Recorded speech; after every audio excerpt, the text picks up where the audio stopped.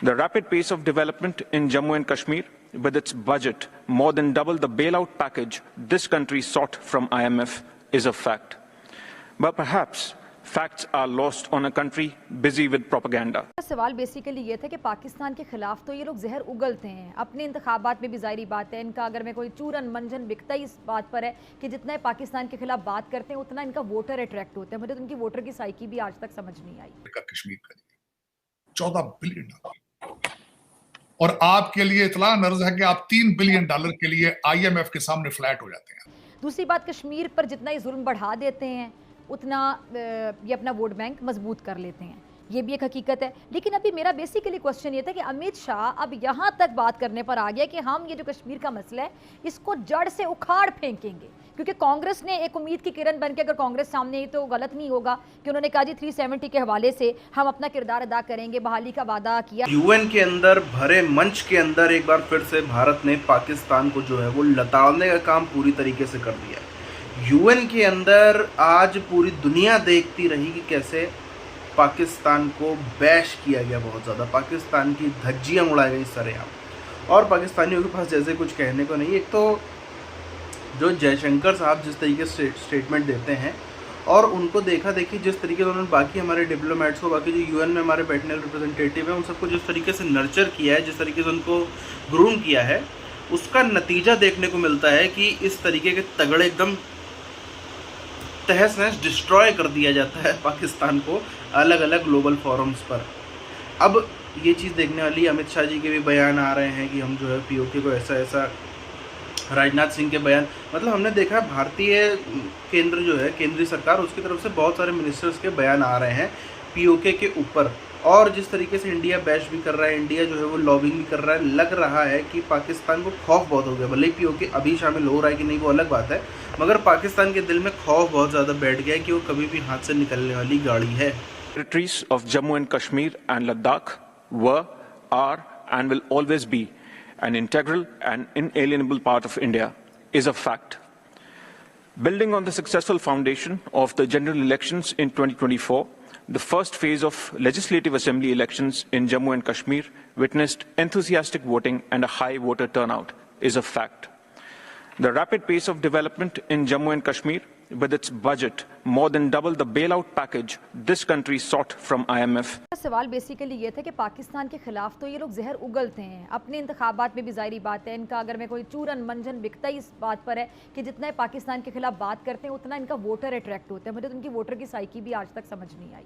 दूसरी बात, कश्मीर पर जितना ये जुल्म बढ़ा देते हैं उतना ये अपना वोट बैंक मजबूत कर लेते हैं, ये भी एक हकीकत है। लेकिन अभी मेरा बेसिकली क्वेश्चन ये था कि अमित शाह अब यहाँ तक बात करने पर आ गया कि हम ये जो कश्मीर का मसला है इसको जड़ से उखाड़ फेंकेंगे, क्योंकि कांग्रेस ने एक उम्मीद की किरण बन के, अगर कांग्रेस सामने आई तो गलत नहीं होगा कि उन्होंने कहा जी 370 के हवाले से हम अपना किरदार अदा करेंगे, बहाली का वादा किया। आर्टिकल 370 जो है ना, उस पे अगर वो लेट से फॉर आर्गुमेंट से बहाल हो भी जाता है तो आपके और मेरे लिए और कश्मीरियों के लिए उस तरह फ़र्क नहीं पड़ेगा, क्योंकि तनाज़े तो अपनी जगह मौजूद रहेगा। तनाज़े की जो जड़ है वो तनाज़े जो है कश्मीर का, वो 5 अगस्त 2019 से तो शुरू नहीं हुआ।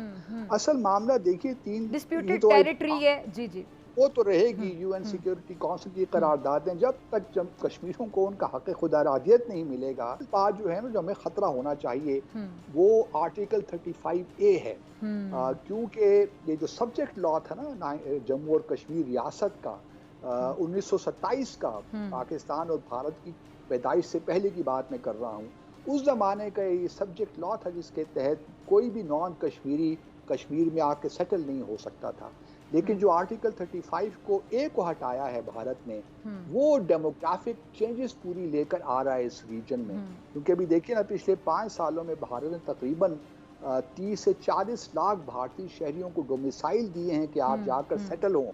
ये कि हम उन्हें घुमाने क्यों ले गए, और अब जब हमने घुमाने ले गए तो ये रिमोट कंट्रोल, मतलब सिक्योरिटी सिस्टम आप हमारा देखिए, आप हमारी जो एजेंसी है नंबर 1 एजेंसी, जी नंबर 1 एजेंसी, उसको देखिए कि उनको पता ही कोई नहीं लगा कि जी आप इतने सारे एम्बेसडर्स लेके जा रहे हैं स्वात में घुमाने के लिए, और नंबर 1 एजेंसी जन मटर छिल रही थी। उनको खबर ही नहीं हुई कि कब आया, कौन आया, रिमोट कंट्रोल बम लगा के चला गया। मतलब ये तो बच्चन साहब की मूवी की तरह हो गया। अक्सर गाड़ी के नीचे लेट लेट के नहीं चिपका देते थे, गाड़ी के नीचे बम लगा देते थे, और गाड़ी वाला आता था, चिपका के चला गया, चिपका के चला गया, उड़ा भी दिया उसने, और आम लोगों को पता ही नहीं लगा। तो ऐसी सिक्योरिटी में कैसे चलेगा जी? मतलब अब कौन आएगा? मतलब आप क्या करना क्या चाह रहे थे, मुझे तो ये समझ नहीं आ रही। या तो वैसे ही चेक कर रहे थे कि बम चलते भी हैं कि नहीं चलते, इसलिए कि हमारे पास भी तो आपको पता है ना एटम बम है। अब एटम बम को भी लोग कह रहे थे कब से रखा हुआ है, उसमें पता नहीं तेल शेल डालते हैं कि नहीं डालते हैं, धमकियां तो देते रहते हैं हमारे पास इस्लामिक बम है, हमारे पास एटम बम है, लेकिन मालूम नहीं है कि जब शख्स भी खड़ा नहीं किया। बल्कि कश्मीर की क्या बात करें डॉक्टर साहबा, अगर आप पूरे भारत में देखिए तो लोकसभा में बीजेपी का एक मुसलमान मेंबर भी नहीं है। तो इससे आप अंदाजा कर सकते हैं उनका माइंडसेट क्या है। वो हिंदुत्व का माइंडसेट है, हिंदू राष्ट्र का माइंडसेट है, फाशिज्म है। तो उनसे आप ये तवक्कुआत न रखें। और ये भी मैं इस बात को मानने के लिए तैयार नहीं है कि स्टेट जहाँ तक रियासत का दर्जा है ना, वो तो इस मकबूजा जम्मू और कश्मीर को मिल जाएगा। लेकिन जहाँ तक स्पेशल स्टेटस की बात है या आर्टिकल 35A को दोबारा लेने की बात है, मुझे वो नजर नहीं आ रहा। ब्रिगेडियर साहब, लेकिन हम ये देख रहे हैं कि ये लावा एक अरसे से पक रहा है और मुसलमानों की एक ठीक ठाक वहाँ पे बड़ी तादाद में मुसलमान पाए जाते हैं भारत में। ना सिर्फ मुसलमान बल्कि वहाँ पर जो दीगर माइनॉरिटीज़ हैं वो भी बहुत अनसेफ हैं, गैर महफूज हैं। अब जो एक लावा बन रहा है, इससे क्या आप कब तक देख रहे हैं कि ये मामला आगे बढ़ सकते हैं और भारत को इस मामले में या तो जो बीजेपी है उसको इदराक नहीं है हालात का, चूँकि पहले भी हम देख रहे हैं कि इससे पहले जो सिख कम्युनिटी है मुनज़्ज़म तरीके से वहाँ पे भी एक उनकी कैंपेन जो एक अलग से रन की जा रही है। तो कश्मीर में क्या हो रहा है, नॉर्थ और साउथ इंडिया में डिवाइड है। नॉर्थ में ब्राह्मण्स है, साउथ वाले ड्राविडियंस है। साउथ वाले अपने आप को सुपीरियर समझते हैं। नक्सलाइट मूवमेंट है। जो उनके प्राइम मिनिस्टर थे जो सिंह जो थे इंडिया के, उन्होंने कहा था कि जो biggest internal threat to India is the Naxalite movement. वो लेकिन 29 स्टेट्स है इंडिया के, उसमें 13 स्टेट्स में है और that is covering 90,000 of geographical area. हो रही है कि मुसलमान हिंदू लड़कियों से शादियां कर रहे हैं।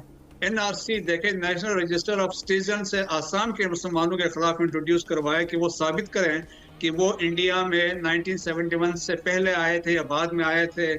सिटीजन अमेंडमेंट एक्ट आया है कि जिसमें नॉन मुस्लिम्स के अलावा नॉन मुस्लिम जितने हैं वो आके इंडिया में सिटीजनशिप ले सकते हैं। और इसके अलावा देखें कि बाबरी मस्जिद का हमने देख लिया क्या डिसीजन हुआ। ज्ञानवापी मस्जिद है उत्तर प्रदेश में, वो भी डिसीजन मुसलमानों के अगेंस्ट किया है। और इसके अलावा बहुत सारे मदरसे हैं, मसाजिद हैं जिसपे इंडियंस हिंदूज क्लेम कर रहे हैं कि मंदिर थे, यहाँ पे जलाए गए हैं, चर्च जलाए गए हैं। और इसके अलावा देखें वहाँ पे क्रिश्चियंस के घर जलाए गए हैं, तो वहाँ पे इससे रेप के बड़े केसेस हुए हैं। तो इंडिया इज होल देखे, इंडिया इज बर्निंग। और जो खुशवंत सिंह ने कहा था कि एक वक्त ऐसा आएगा, उसने अपनी किताब दी एंड ऑफ इंडिया में लिखा कि इंडिया टूट जाएगा। और उन्होंने कहा इसकी वजह पाकिस्तान भी नहीं होगी, इनका कोई दूसरी मुमलिकत होगी, बल्कि उन्होंने कहा हम खुद का जो है खुदकशी कर लेंगे।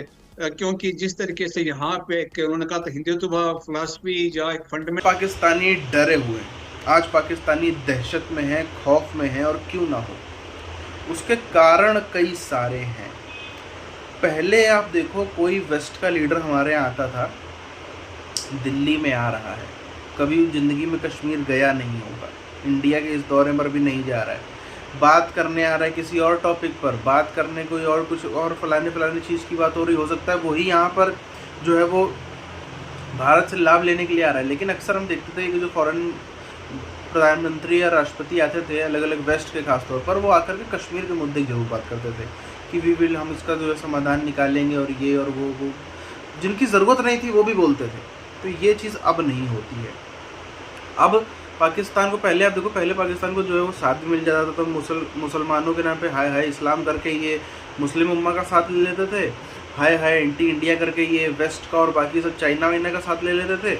अब कुछ भी नहीं हो रहा है। अब पूरा मुस्लिम उम्मा जो पैसे वाला है वो यहाँ पे पैसे लगा के बैठा है, और जो पैसे वाला नहीं है वो भारत से पैसे या किस तरीके की हेल्प ले करके बैठा है। अब ब्रुनेई फॉर एग्जांपल आप देख लो, छोटा सा कंट्री है, हालांकि वो उसके राजा बहुत अमीर है, सब कुछ है, छोटा कंट्री है, इतना सशक्त नहीं है, रिसोर्सफुल नहीं है, मगर मोदी जी वहाँ हो के आए। अब क्या ब्रुनेई की ये हिम्मत होगी कि वो बोल दे कि नहीं नहीं हम कश्मीर में भारत के खिलाफ हैं और जो है वो पाकिस्तान के साथ हैं? कभी नहीं। मलेशिया की हिम्मत होगी, जिसने अभी इतना गेहूं लिया है भारत से, उसकी हिम्मत होगी कि बोल दे कश्मीर मामले में? जी नहीं। तो ये सब वो चीज़ें हैं, या तो मुस्लिम देश पैसा लगा के बैठे हैं यहाँ पे, या तो यहाँ से पैसा भारत से ले करके बैठे हैं, तो नहीं बोल सकते। वेस्ट के अपने इंटरेस्ट हैं, वेस्ट पूरा का पूरा एंटी चाइना है इसमें, इस वजह से वो कुछ नहीं बोल सकता। तो पाकिस्तान अकेला ही रह गया। तुर्की है, कभी कभी बीच में खुदक जाता है, उसकी भी गर्दन मरोड़ने काम किया जा रहा है।